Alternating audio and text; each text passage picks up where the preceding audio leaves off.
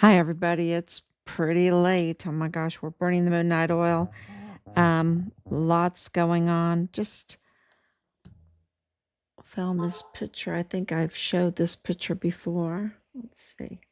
Yeah. That was taken in Warsaw, Poland. That was taken in Warsaw, Poland.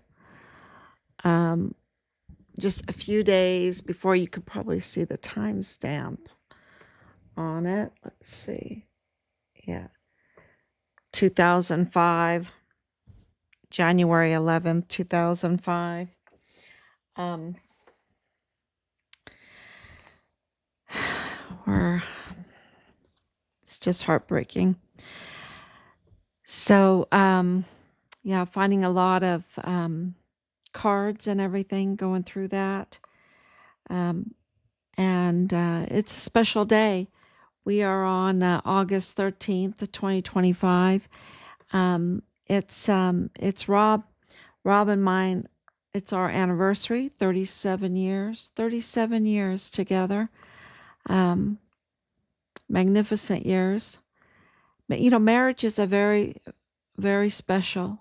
It's very, very special. And there's no one like it when you find someone that you can get through times like this with, share a family with, support each other with. There's nothing like it. It's really amazing.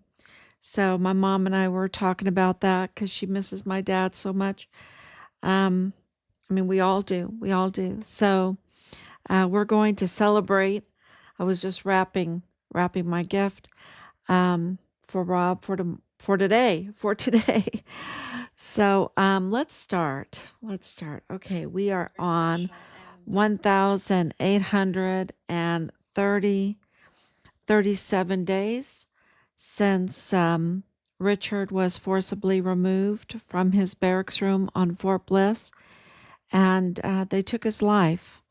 He lost his life because they took it. They took it brutally. And they had a plan. This was all premeditated. It was all planned out. Matter of fact, it was so planned out that they would repeat this. This is a repeated crime of whistleblower retaliation.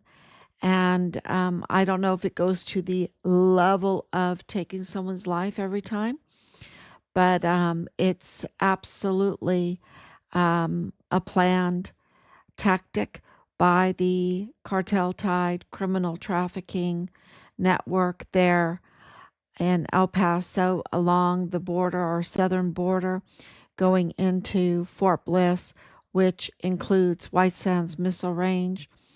And into Juarez, Mexico. And we have put together uh, that criminal group, and it's not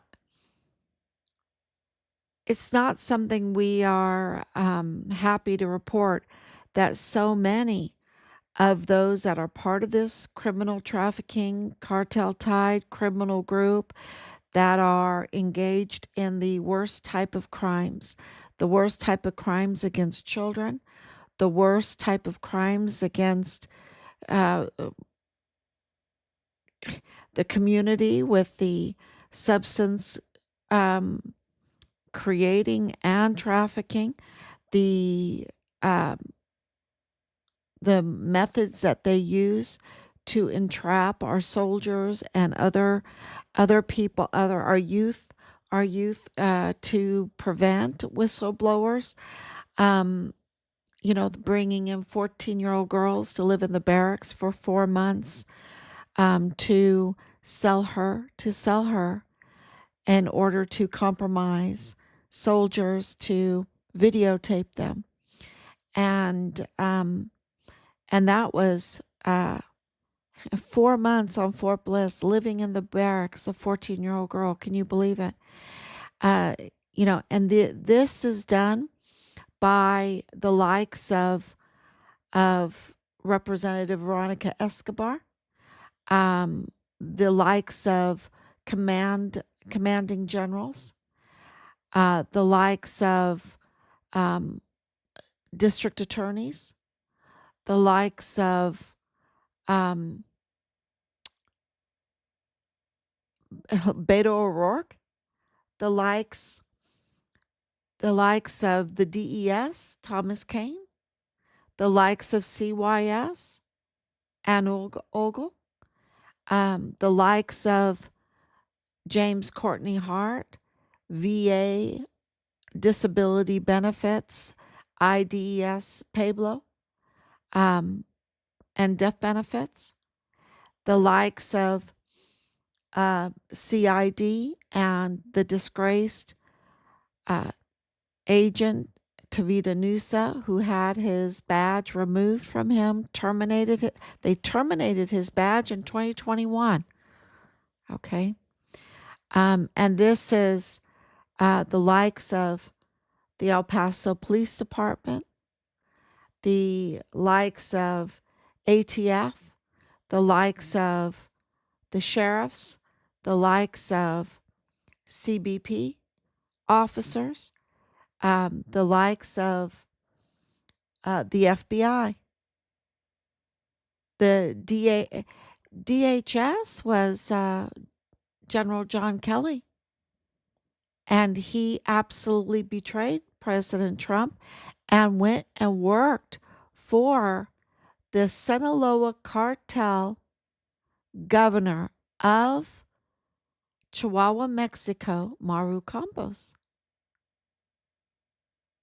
You're talking about people that have been entrusted by the American people with everything, and also uh, the Mexican people of their leadership, like Cesar Haragi and Maru Campos and her mother, right? And her mother, Maria Eugenia Galvan, who have been entrusted by the people to serve the people, and yet they've betrayed them, and we give them everything.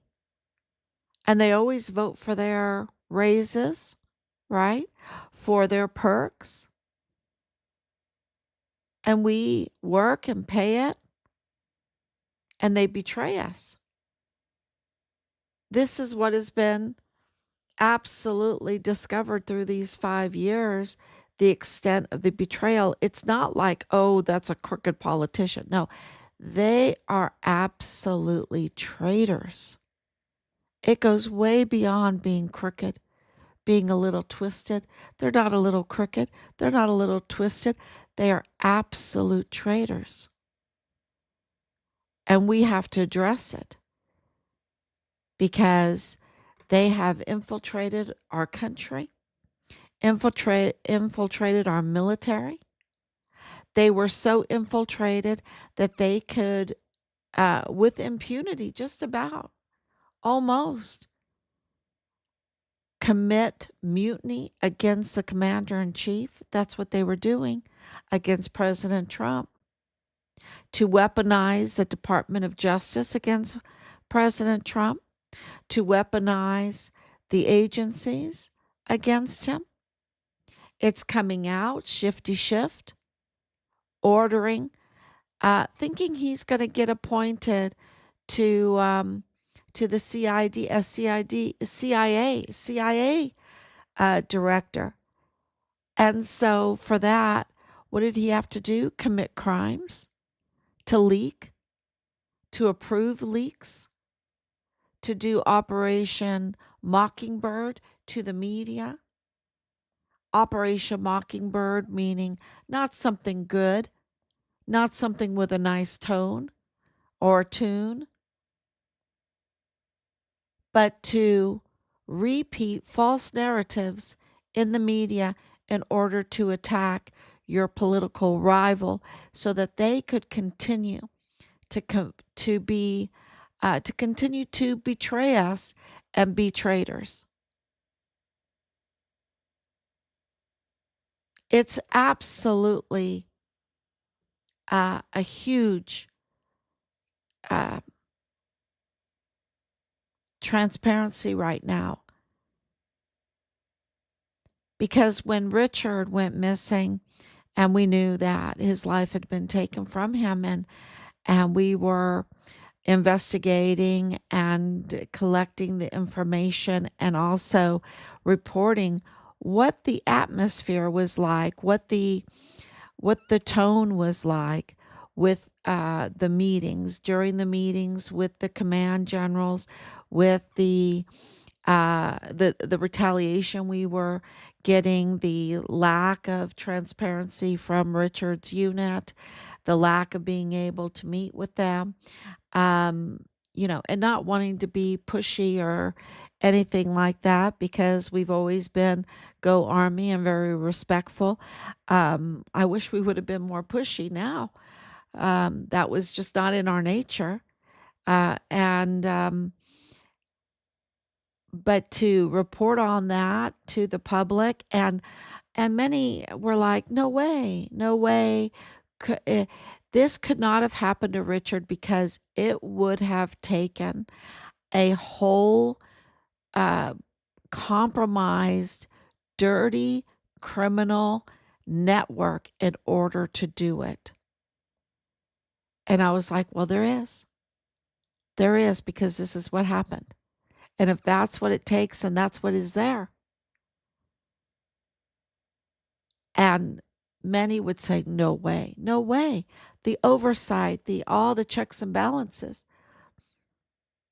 But I'm reporting to you today, um, because at the highest levels, you can see that the agencies were absolutely infiltrated, and they were being abused, and they were being weaponized against President Trump and against any whistleblower. Any whistleblower and his allies that stood strong for him. And one of those was our son, Richard Halliday, the Fort Bliss whistleblower soldier, who was reporting the criminal trafficking along the El Paso borderland and into Fort Bliss and across now over into Juarez. We know that the network included Juarez, or Juarez network included El Paso. And that from the beginning, we said the common denominator were Mormons. Were Mormons. And it seemed to us that the Mormons, thank you so much for coming on. Thank you, Anicia. Thank you for the anniversary wishes.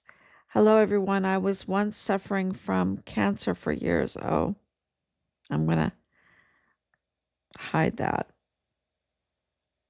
Okay. And now we know that it was 15 plus, 20, 23 plus El Paso infiltration into the agencies. And some of them went all the way up to like Mealy, right? To Mealy, to the federal government. And we know now that that was absolutely possible because of Shifty Shift, because of Obama, because of Hillary Clinton. And we know, I can tell you right now, it includes Lindsey Graham. I can tell you that it affected Ted Cruz, because Christine Wormuth, the Secretary of the Army at the time, who was a much lower rank than a sitting senator, just really gave the finger. Not actually, but really just told him to pound sand to Ted Cruz. And you can only do something like that if you have a bigger stick. right? You have somebody that is protecting you, some other, big giant behind you. Because Ted Cruz uh, couldn't do anything. And she should have absolutely been reprimanded for that. So, so what I'm about to tell you is not any surprise at all, that the assistant special agent in charge in the El Paso FBI agent, Colin Whetten, Colin Leonard Whetten, is so dirty, but beyond dirty. He's a traitor, and he's Mormon, and he was feeding his fellow Mormons, like Tavita Nuusa, whose brother is Solomon Nuusa of mortuary operations, of Leilani Hart, right? Feeding Leilani Hart, feeding James Courtney Hart, feeding uh, Dallas Hart, feeding the Ambrose family, which includes Danae Katzen, which includes Rosa Maria Valdez Garcia, which includes Mario Raskin Ortiz, the chief medical examiner for El Paso. He was feeding the owner of the rotting body dumping ground, Plenitude Crematorium, case status information. Absolutely, he was feeding them all case status information, which would give them a heads up to any investigation and anything that they were looking into that would give them an opportunity to destroy evidence and create alibis. He was the cleaner. Colin Whetten was the cleaner. And yes, he had help with Jesus Eddie Nieto Jr. And he's still in there. He's still in there. And yes, he had help with Michael Maiella Jr. Yes, he had help being a traitor, committing treason with George Torres. He is the assistant special agent in charge for the El Paso FBI office. He's a big cat. And so to think about, and I even have uh, more memes that I want to put out that we've been working on um, with Sanchez, Director Sanchez of the DPS, right? Um, but when and that's a big fish. That's a big fish being compromised with a honeypot trap, because she's up to no good, y'all.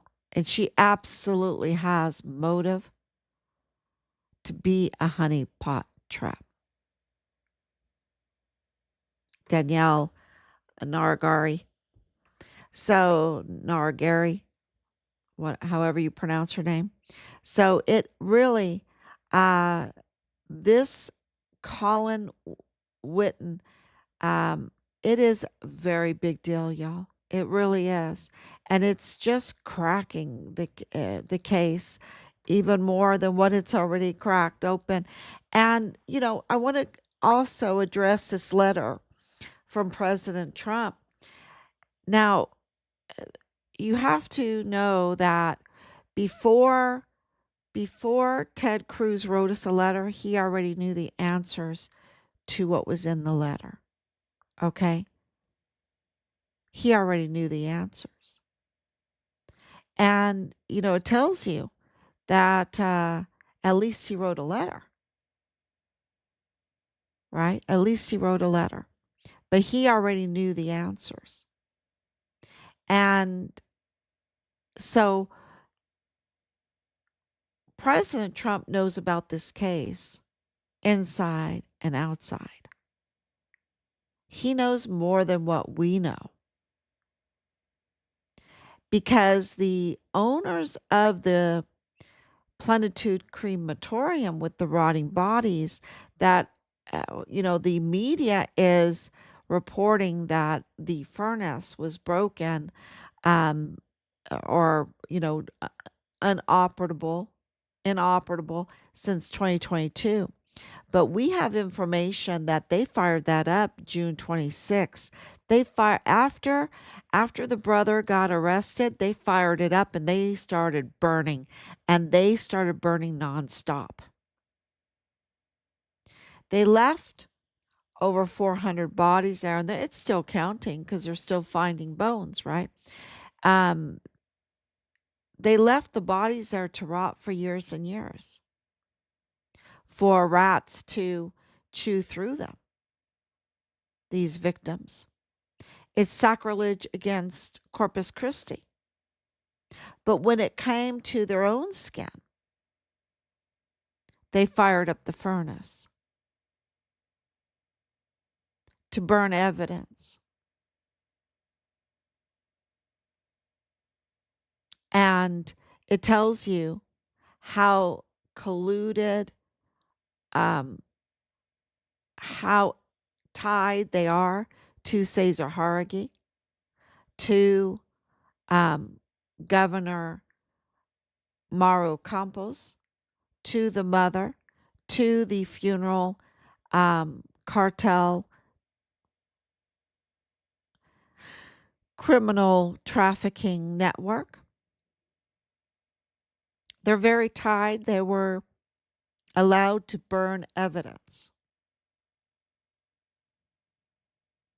And, here you have the FBI looking for Richard in Juarez, Mexico. That's been confirmed over and over again. And yet they're not going to know about um they're not going to know about the neighbor of Beto O'Rourke and the funeral, because that Plenitude crematorium is a funeral home, operates as a funeral home in conjunction with, in alliance with, in business with the transnational funeral homes um, operating in El Paso. They're connected. That means Martin Funeral Homes, Purchase Funeral Homes, um, uh, the Angel Funeral Home, Sunset Funeral Home. And they have contracts with Fort Bliss. And these same individuals, the Ambrose family that have um, religious religious organizations that they can money launder through, are connected. And absolutely, we know that the Ambroses are all about being fraudsters, right? Being fraudsters and fugitives. And they're connected to um, this crematorium, this body dumping ground. The neighbor of Beto, it explains why Danae Katzen were in pictures with Beto O'Rourke, right? Because they're working together. And you have the neighbor of Beto O'Rourke living high on the hog, millions of dollars, y'all. But he's from Juarez, and his business is in Juarez. But he has lots of business in El Paso too. But they choose to live in El Paso. But their allegiance is to the criminal trafficking, the greed, the greed. And it seems to be the Mormon community. The Mormon community went down a very slippery slope there. They spiraled down into the darkest area where there's gnashing of teeth, cries for help, because they're involved in this big time with the criminal trafficking of hundreds of thousands of children, of substances, of the weapons, of the all kinds of equipment and car parts and all kinds of stuff, all kinds of parts and ammunition, big time ammunition. And of course, the fraud surrounding the funeral homes and exploiting death and the remains of the people that they're supposed to be serving. They exploit them, give them mortar dust in their urns, right? In their urns, and advertise that they care so much. But behind the scenes, in reality, it's quite the opposite. They are absolutely um, hell on earth, right? They're absolutely um, the worst of the worst.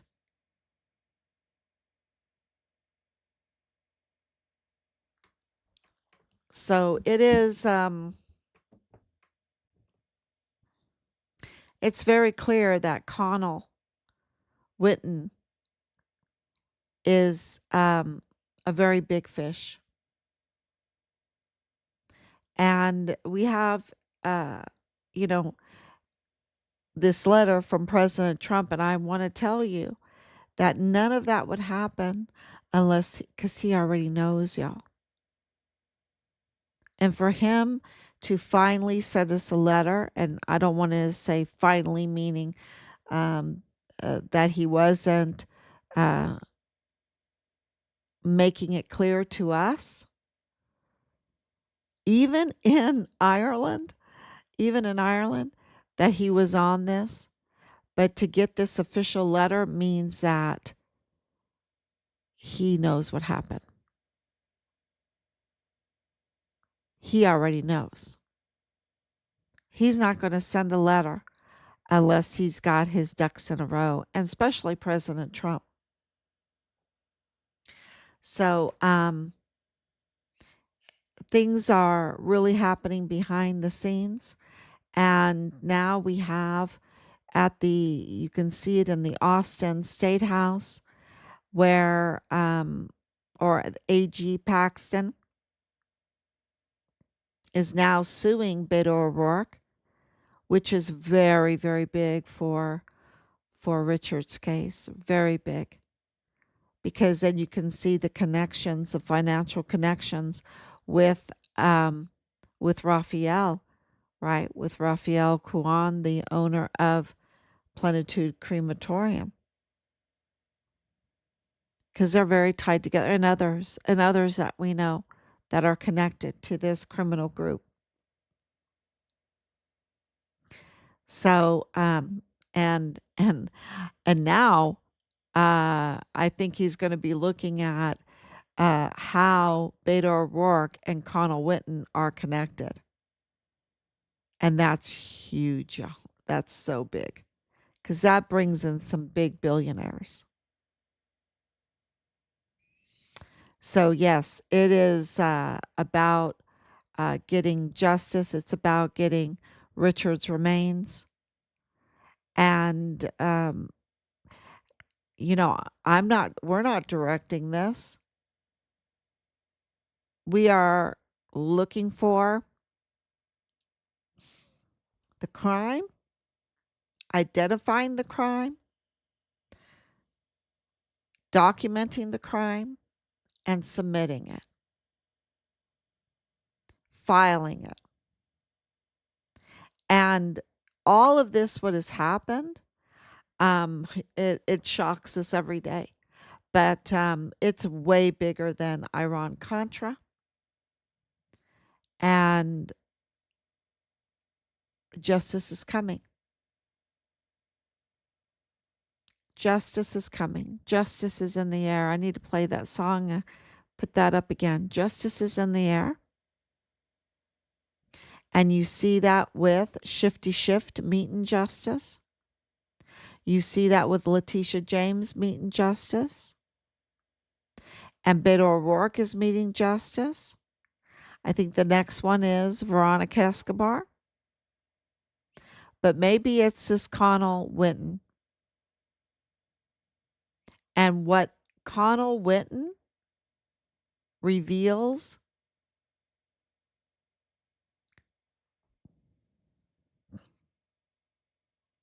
a criminal trafficking network by a religious organization driving it. Yeah. So then I also was working on the discrepancies of the cars in the Walmart parking lot. So we had forensics look at that. It is just impossible. That footage that we have been given by the DHS has been tampered with 100% because there's just so many irregularities in it, so many different vehicles, the swapping out of the vehicles, and Patrick Crusius driving off. They said that he waited in his car. No way he didn't because he changes parking spots. So where did he go? Where did he go during that time? So there's a lot of and I hope that you watch that video and you can go frame by frame like we did and see the manipulation. See the manipulation. Now, some of those images are overlays just so that you can see the manipulations. But we have the frames in there too. The video that was given to us by DPS. And why does it matter? Because the Walmart mass shooting case is intertwined with Richards, and there needs to be justice for it. You have um, so much damage and millions of dollars. It's not that they grand theft larceny. That we're over it now. We are not going to put up with this stuff anymore. They've gotten away with this for so long, and now they have escalated it, and people can barely live because of the property taxes, the paying for all of this, this fraud, for all of this fraud.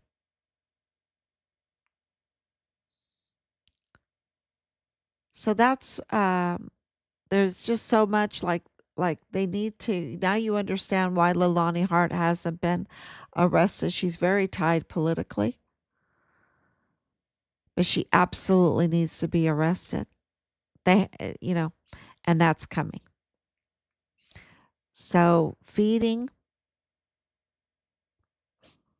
case status information to the Hart family and Tavita Nuusa and Solomona Nuusa and of course Mario Raskin Ortiz and all the others that are involved in this. It was absolutely started with Richard then became the Walmart mass shooting, and then they had to end Richard's life.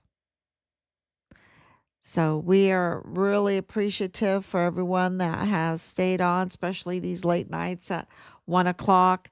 Hopefully can get on earlier tomorrow to talk about in a fresher time to talk about everything that's going on behind the scenes, which is huge. And that's why it takes us so long to get on at night. But tomorrow, well, today is our anniversary.